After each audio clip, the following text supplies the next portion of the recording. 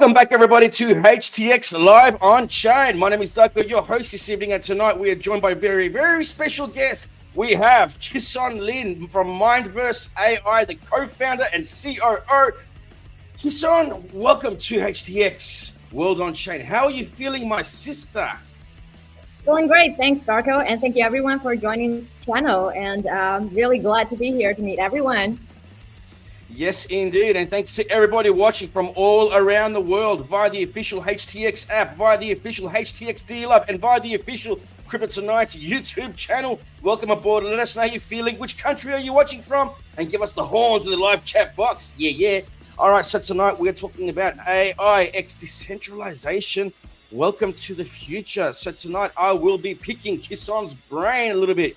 But first, today we are really honored to have the expertise, depending which part of the world you're from the AI era, to have a deep discussion around not only artificial intelligence, but also the combination between AI and the decentralized world.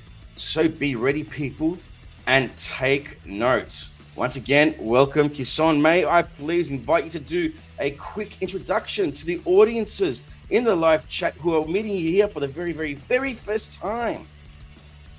Yeah, thank you, Darko. Hi, everybody. Very nice to be here. I'm Kisan. I'm the co-founder and COO of Mindverse AI, and we are an AI agents platform that tries to democratize AI by making everyone train their own AI in an agent form and put the agent onto the marketplace. So we believe that the future is where everyone can train their own AI and let their own AI work for them, provide services for others, and everyone can make money out of that. And so in that way, we try to revolutionize how services are provided by democratizing AI. Very nice to be here again. I like your style. I like your project. I like your ambitions. Very exciting stuff indeed. But you know what else is exciting? You know what else is exciting? Tell me. I will. Tonight, we are going to be doing candy drops only on the official HTX app. So good luck to everybody watching via the HTX app for their chance to win some drops. And also, we'll be running a secondary competition where you and I will be coming up with a secret passphrase for the audience's chance to win some extra prize. How do you feel about that? That's amazing. I wish I was the audience. Me too. I've secretly got my phone with the app running right now, so I am part of the audience. Oh, you're smart. So the rules for the competition tonight are: the audience must follow HTX the DLive account, retweet the live link, and hashtag HTX Live. Go to the live room and send HTX Live rock on in the live chat. Oh, HTX is very sneaky. Normally we come up with the secret passwords, but tonight they tricked me and they've already put it into the rules. People must say HTX Live rock on in the live chat area. So they then must attach their screenshot from the DLive follow page and HTX Live rock on screenshot from below. And we'll choose the lucky winners, not you and I, but HTX will choose the lucky winners, inform us, and they'll be sending up to $30 USDT or cryptos, whatever you want to call it. Not bad. Plenty of giveaways tonight. That's pretty good. I like it. All right, so Kisan, without further ado, let's get straight into business. So during today's live, we're going to cover 3 areas that AI is most utilized with right now. I assume so anyway. AI-enabled creation. We're going to be talking about the combination between AI and Web3.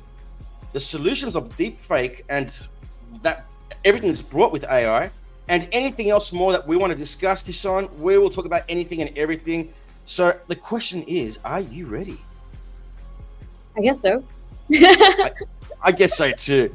All right, so let's get straight into it. Now, AI enabled. Sorry? We got to be ready anytime. Sorry? I was saying we got to be ready. We got to be ready anytime. Can you hear me well? Oh, I thought we lost you for a sec. I thought we lost you for a second. Oh, obviously. All right, we are back. Ready. But I am. All right, I am. Sweet. Awesome. So, Kisan, AI-enabled creation, including picture designs, such as the most famous tools Midjourney, video design, or even writing an essay. As long as giving clear instructions, AI will help you create everything and anything you want, and unlimited modifications and polish. They're all achievable, right? Now, I believe all of us have been attempting to let different AI tools help us create or write something that we don't want to do after the launch of ChatGPT. So the question I ask you is, can you introduce the whole process behind the creation? Yeah, that's a big question. I know, right? Very, very professional question, though. I will, rather than starting from the very technical side and bore everyone, I will try to explain it in a more easier to understand way. And so basically, people are so fond of this wave of AI compared to the last wave, because the last time people knew about AI, that was AI helping us do analysis, AI doing like feed recommendations, sending you all the details that you are, all the feed, all the content that you're interested in. But this round of AI seems very different in a way that they can help us write articles, generate images, generate videos. So that's why it's called a generative AI. And that's all because of and that's all because of a new AI model. With it all started from like the transformer model, which enabled the current GPT model. I wouldn't go into the technical details, but what they are able to do is to produce something, generate something, rather than just like analyze the input given by us human beings. And so we instead are able to utilize AI to write articles, generate images or reports. And the current AI which is capable of doing will write way much better report than we do, and generate and do like word comprehension than we do. So what they can do is generate images. Midjourney or Stable Diffusion are definitely good cases. We've all used them, and we've generated like great pictures based on people, portraits, photo-like images, etc. And there's like video generation, like runway. There's PowerPoint generation, and there's like report generation, which for our platform MindOS, you can generate very comprehensive travel plans with itinerary and very comprehensive industry reports by just chatting with the AI, telling the AI, hey, I want to go to this city, generate me a report. And so this kind of AI is very different because it seems to be really able to do something for every one of us. Because not everyone needs analytics, right? Needs feed recommendation. Everyone needs to get something done. And this AI is ready for that. That's true. Like, there's been a couple of times where I've typed in, write me a 200-word horror story where Darko becomes the hero, and bang, in 7 seconds, it's written me a story. I'm like, oh, damn, I'm good. Thanks to AI, of course. You should try it. It's really good. You should try it. Write me a horror story? Exactly. No, I did ask AI to write me the shortest story with the most tweets, like twists. And the AI was able to write a very terrible love story. It's terrible because it's with a lot of twists, and you're not expecting those. And so it's like it's like the most dramatic TV show ever. You should try that. It's really good. She fell in love with him, but then she hugged a snail. And then once things got serious, she then went after the tree, and the tree took off for another snail or oyster or something like that. Yeah, I can imagine the twist and it turns. Are you the generative AI, Darko? You're pretty good at it. Are you the generative AI yourself, or are you a real person? You're pretty good at it. I know nothing. But I have had to play with it. But you seem a lot more switched on than what I am, that's for sure. Yeah.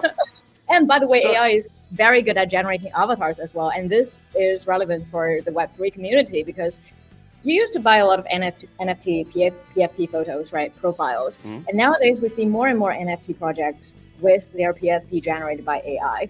And what is going to be interesting going forward is that we combine different types of generative AI together. So AI that can generate images to help you make your own NFT profile, and AI that can generate conversations and can mimic your personality and voice. So you can combine all these technologies together and make your digital twin. And that digital twin is tokenized in Web3 on blockchain. And it's going to be so interesting. You can train your digital twin so many different skills and knowledge and your digital twin will be able to perform tasks and serve other people on behalf of you. And the value is attributed back to you. And so I think that will be such a fantastic, interesting future. Scary but interesting, yes. Scary but interesting. Indeed. Yeah, we'll try to make it only interesting, not scary. We'll try. True that. Yes, very true indeed. Now, when it comes to AI generated creations, the issue of ownership becomes more complex, doesn't it? So, like, since AI is capable of generating original works such as articles, music, paintings, things that you just mentioned as well, there is a need to establish ownership rights for these types of creations. So the question arises as to whether ownership of these works belongs to the machine or to humans, considering that they are created by a machine, and if traditional copyright mechanisms can still be suitable in the AI world. So, like, what are your thoughts on this particular part so far? Because we're seeing a lot of these companies using AI, and they're using things from Star Wars, for example, and generating their own thing. And then, like, I see it, and I'm like, oh, red flag, copyright. So what are your thoughts? I mean, I'm with you. I think the current AI models use a lot of public data from the internet, but those public data were put on the internet with good intention. Like, people contributed to Wikipedia, people contributed to images on Google without thinking about the possibilities that one day AI will utilize all these different images and different data and train itself and eventually outsmart everyone else. So I think this is not a good future that every one of us want.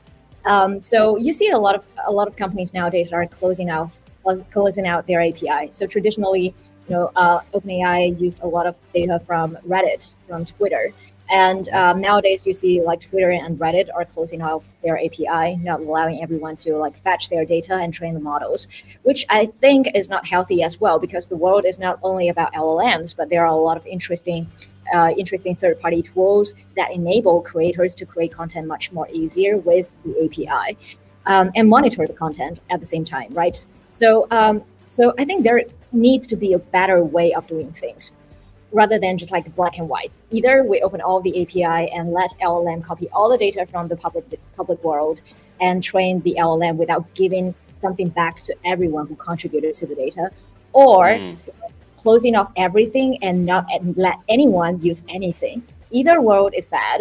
We need something in the middle. And I think blockchain plays a great role in making a compromise in the middle, in making something that is a more comprehensive and a more realistic solution. So for instance, nowadays we see a lot of data already online. What about going forward? So at least we can do something going forward. What about going forward? Everyone labels their own data with blockchain. Everyone has their own data claimed with their own copyright. And if the AI tries to use everyone's data, they will need to pay the person for using the data. And what if OpenAI or other LLM models are not going to use people's conversations with the AI to train their models anymore? Because nowadays people have this suspicion, and I'm saying this is suspicion because we don't have any proof or fact. But people are concerned that LLMs, or by saying LLMs, I mean large language models like ChatGPT, is use people's conversation with the AI to train back the AI. So basically, we are contributing to the feedback that the AI gets to make the AI smarter and smarter every day. But in a way, we should get paid.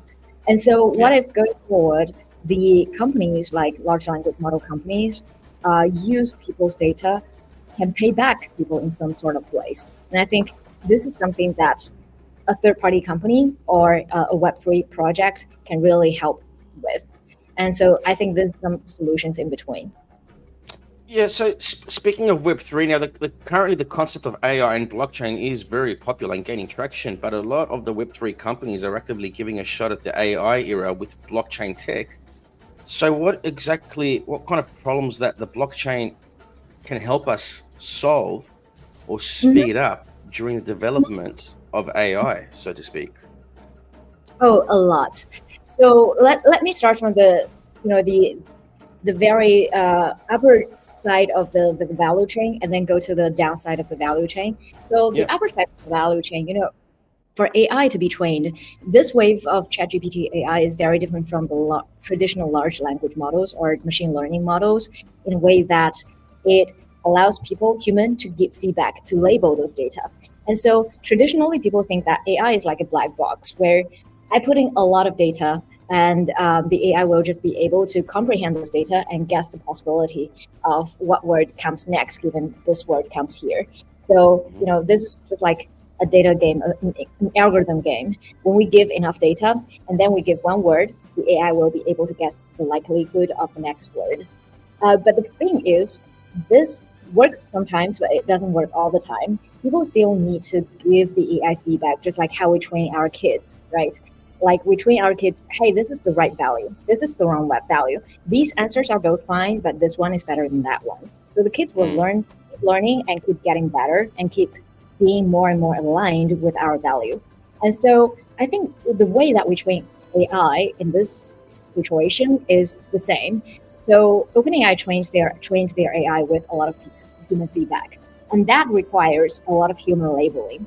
So, one thing that I'm seeing is I saw months ago, I saw a very interesting company which tries to combine data labeling with Web3. And so AI companies need to do a lot of data labeling, and the large company is called Scaled AI, which OpenAI has a lot of Anthropic, Google all have a lot of partnership with. But labeling AI needs a lot of costs. But then this company tries to combine both projects together. They tokenize their data labeling and give people who label the data tokens. And those tokens can increase in value when the AI that they're training actually helps people provide value. And so instead of earning fixed income, fixed salary, those people can have something that can over time increase the value. And so this is very interesting.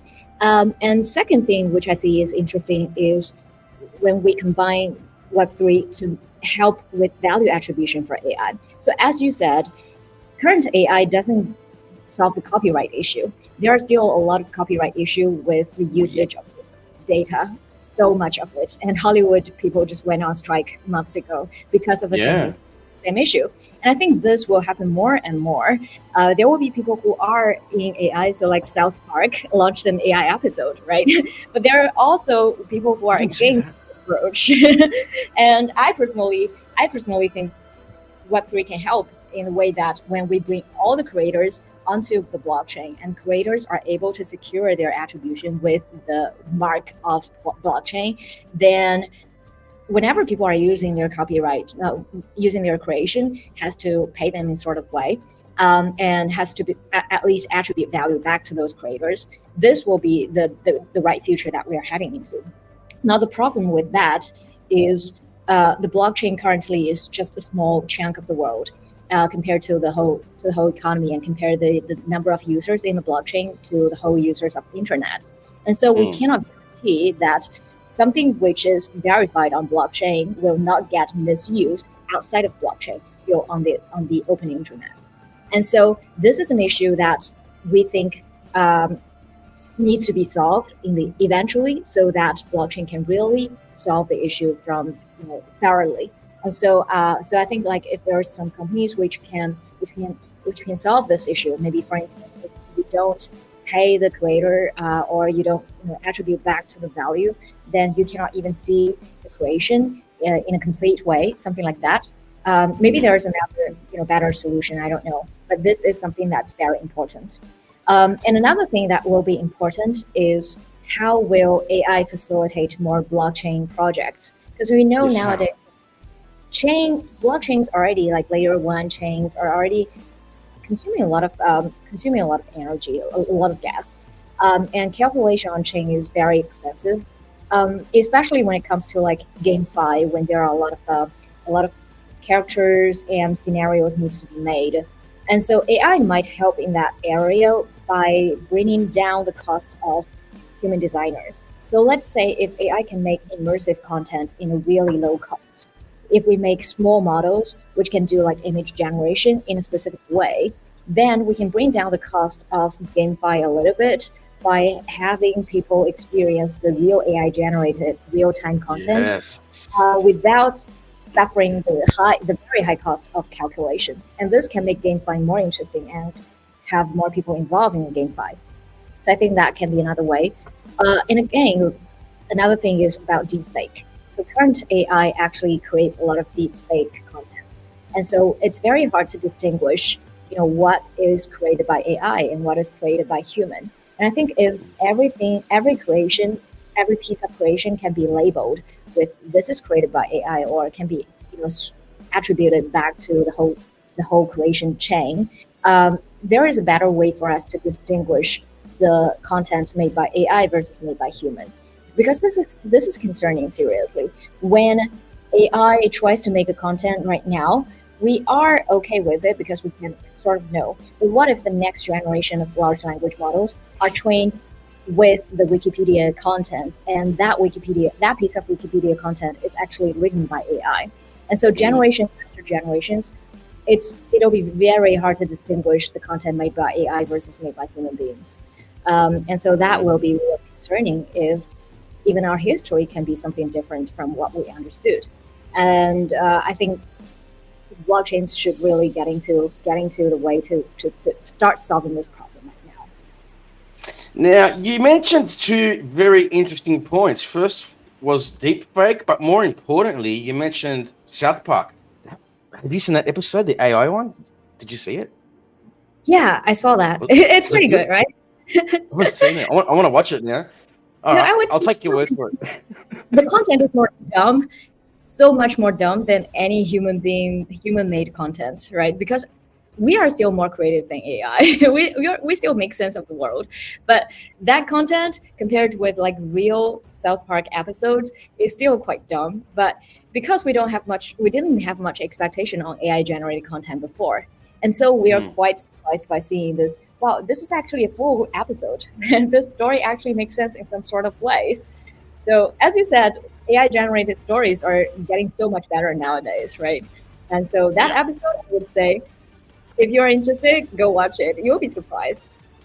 Oh, I will. I will take your word on it. Now, with deepfake, we're going to get into that shortly as well.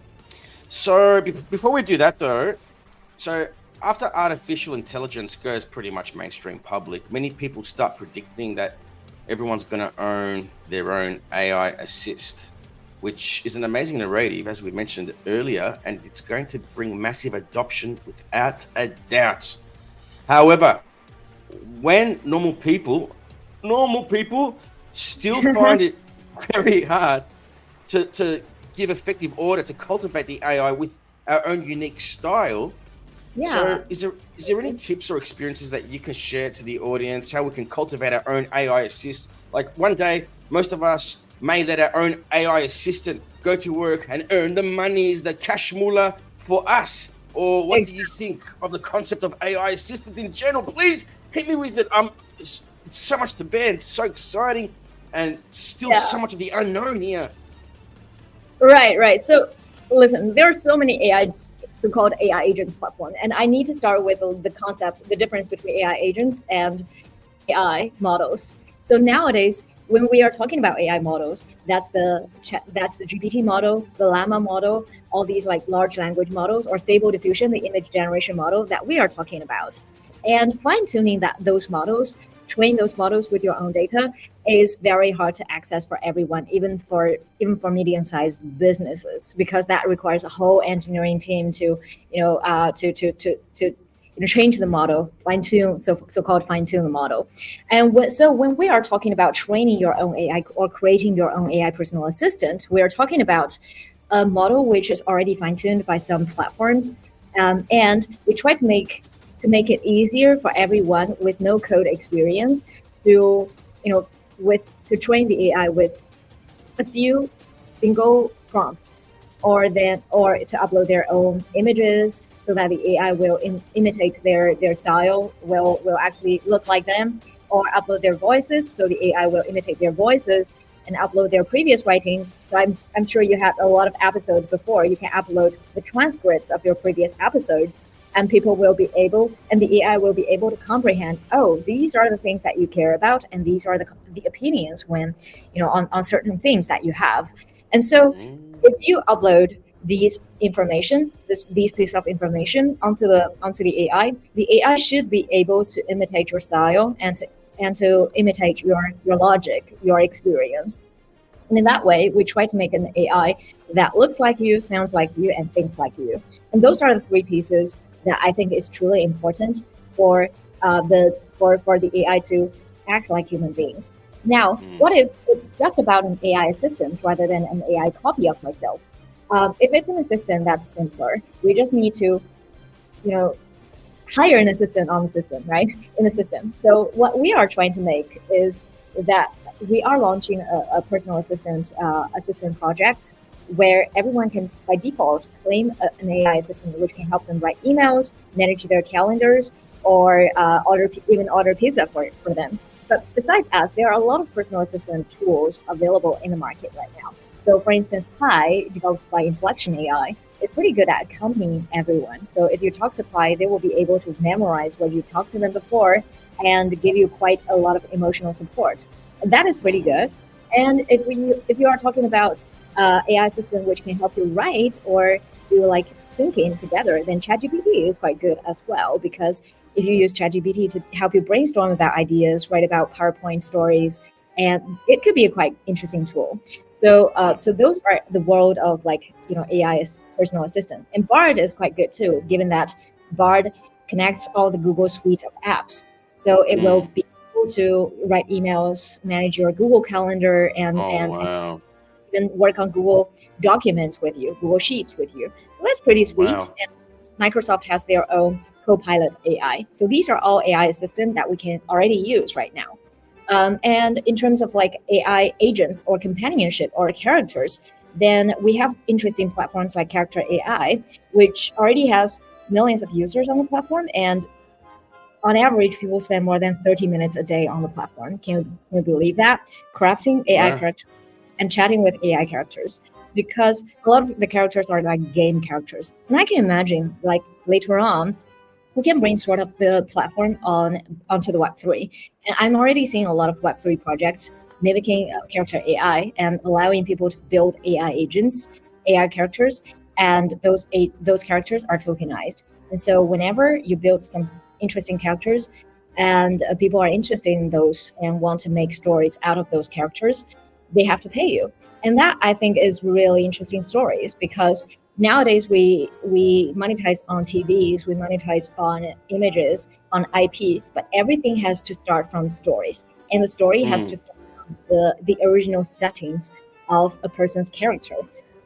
And this AI gets to the very origin of everything, like allowing people to set the character.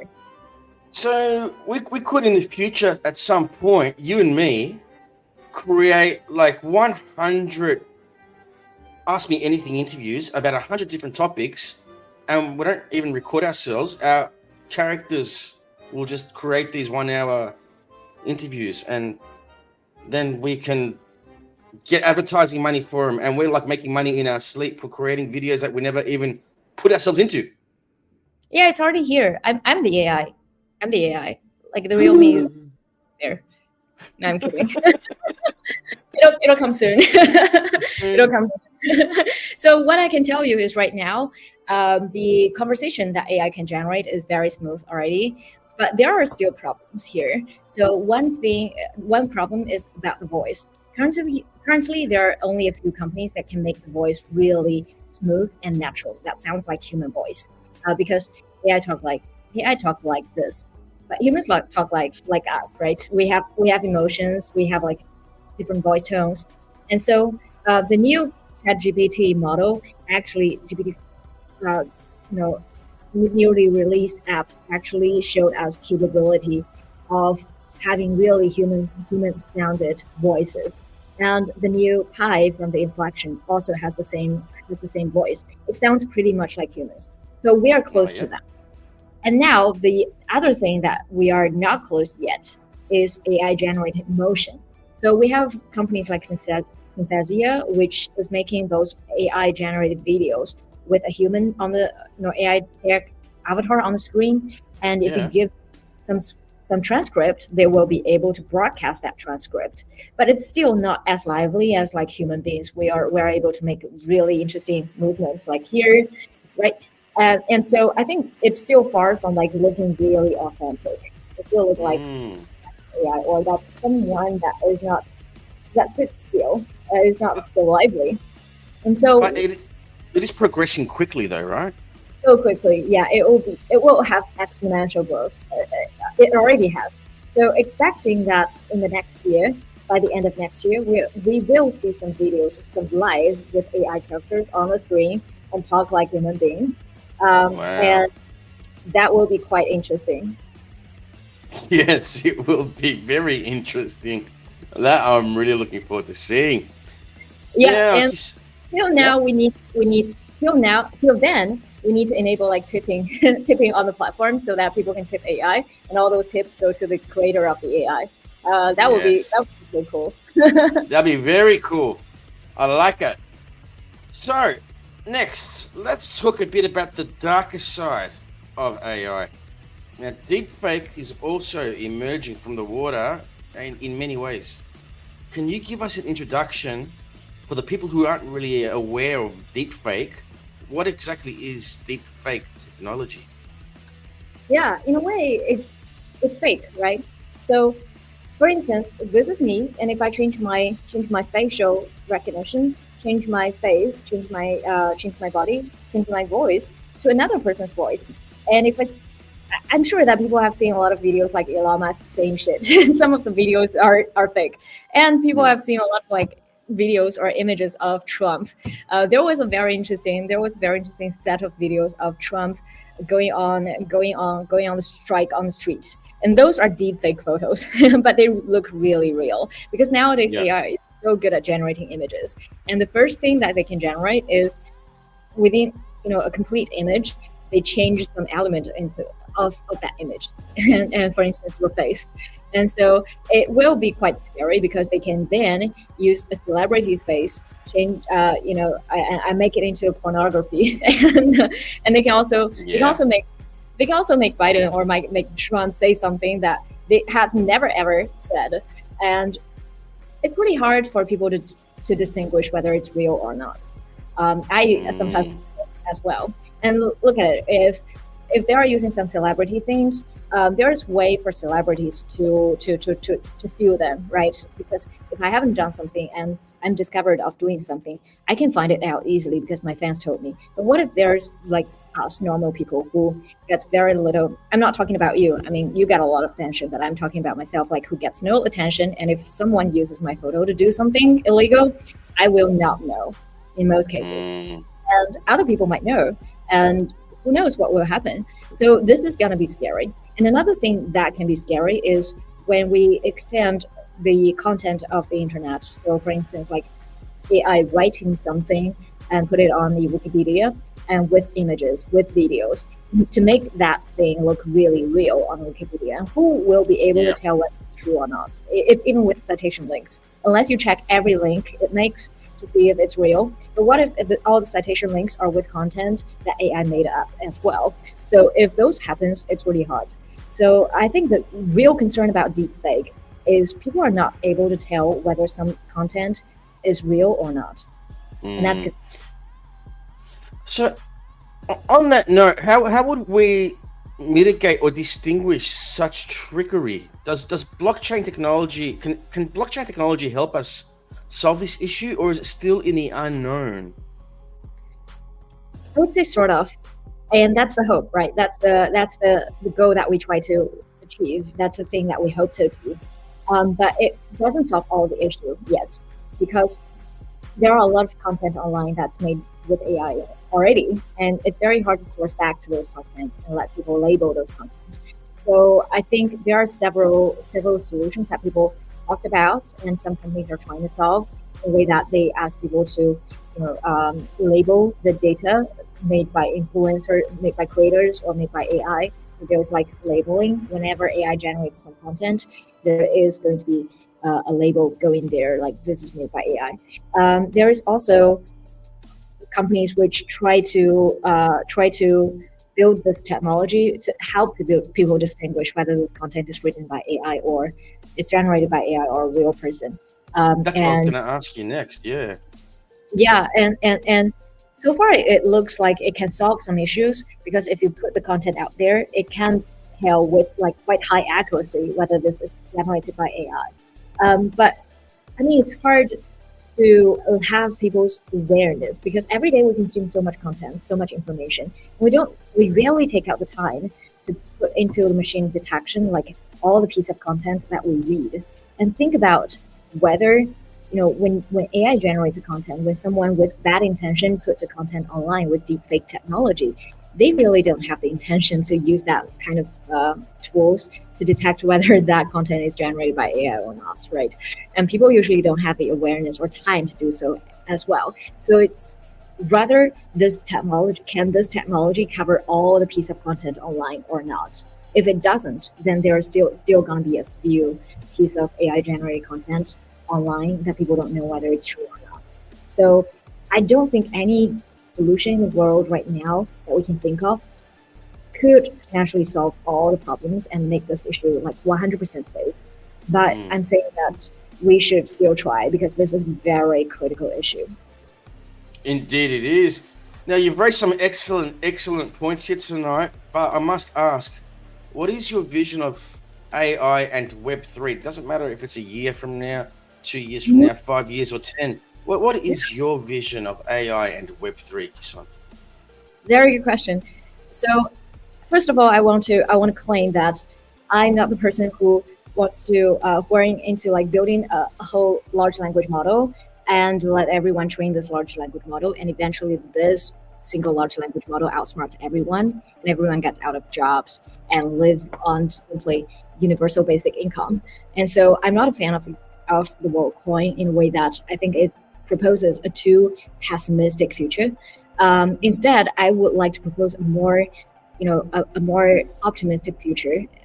So, for instance, what if everyone can train their own AI? And what if we use blockchain to decentralize the data storage of AI, so that data is not stored on some centralized servers owned by some centralized big companies anymore, and data's ownership is back to everyone. So whenever you train the AI, you put on some data online, you are the one to decide whether you want to open this piece of data to some large language models, to some AI companies to earn money or not. Not that the Reddit or the Twitter decides whether they want to open your data to let AI companies train their models or not.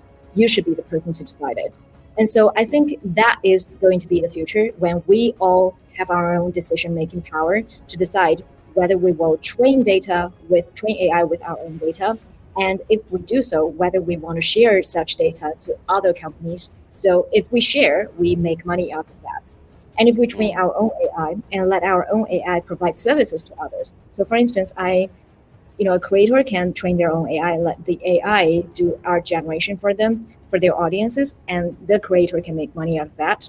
A lawyer can let their AI give standardized legal services to people, and they can be the one verify the AI's answer in the end. But that still increases their productivity, but still making the answer trustworthy and credible to the customers. And so in that way, people can all make money based on how hard they work, based on how much value they provide to other people, not based on universal basic income. So that's the future that I want to propose. And for instance, on MindOS, we stick to that future by allowing everyone to train agents with their own data, and we as a platform don't utilize those data. And in the end, we want everyone to be able to make money out of the AI that they train. Exactly. Now, before we finish up tonight, was there anything else you wish to touch up on? Anything else that I didn't mention, discuss, bring up? Anything at all to share with our audience before we give this a wrap here tonight? Right. I think you did a fantastic job. Like you covered everything that I think are important in this field. And yeah, you're really professional. But I just want to get a sense of like how people, audiences in this group, in this live room, think about AI and think about Web3. Like I really want to know like whether people are interested in utilizing AI or creating content on blockchain with AI. Creating content, AI. That's what I think. Yay, that's great to know. Interestingly enough, though, I'm really surprised tonight because tonight, for the first time, this has been the longest our Crypto Tonight executive producer, Rupert, hasn't opened his mouth. Maybe because he's either really enjoying this live stream or there's a lady here and he's just keeping quiet because he's very rude and very upfront. But I'm really curious. I might ask him if he's enjoying this stream. Just 2 seconds, if you don't mind. Just Rupert, are you enjoying this stream? You're very quiet tonight. Are you enjoying? Rupert! There's a lady here, bro! Sorry, Kisson. Every week he does it to me. Just less tonight. I thought he was going to behave and say something nice for the first time. But he's still... You know what it is? The problem is, we don't pay him. And he's really angry. He's been working 4 years doing this job. Not once has he been paid. But maybe, with artificial intelligence, he can do something about that. We'll see. Who knows? We'll see. We'll find out one day. Maybe we can replace him with artificial intelligence. Yes, sorry. That's a good thing. That's a good opinion. I think we should create some artificial intelligence, some avatars of him, and we can pay him for that avatar. Great way to no, we won't. We won't pay him anything. We won't pay him. But just quickly, anything else you wanted to touch up on with regards to like the NFT side of things? Do you think that would be relevant at all? Just quickly.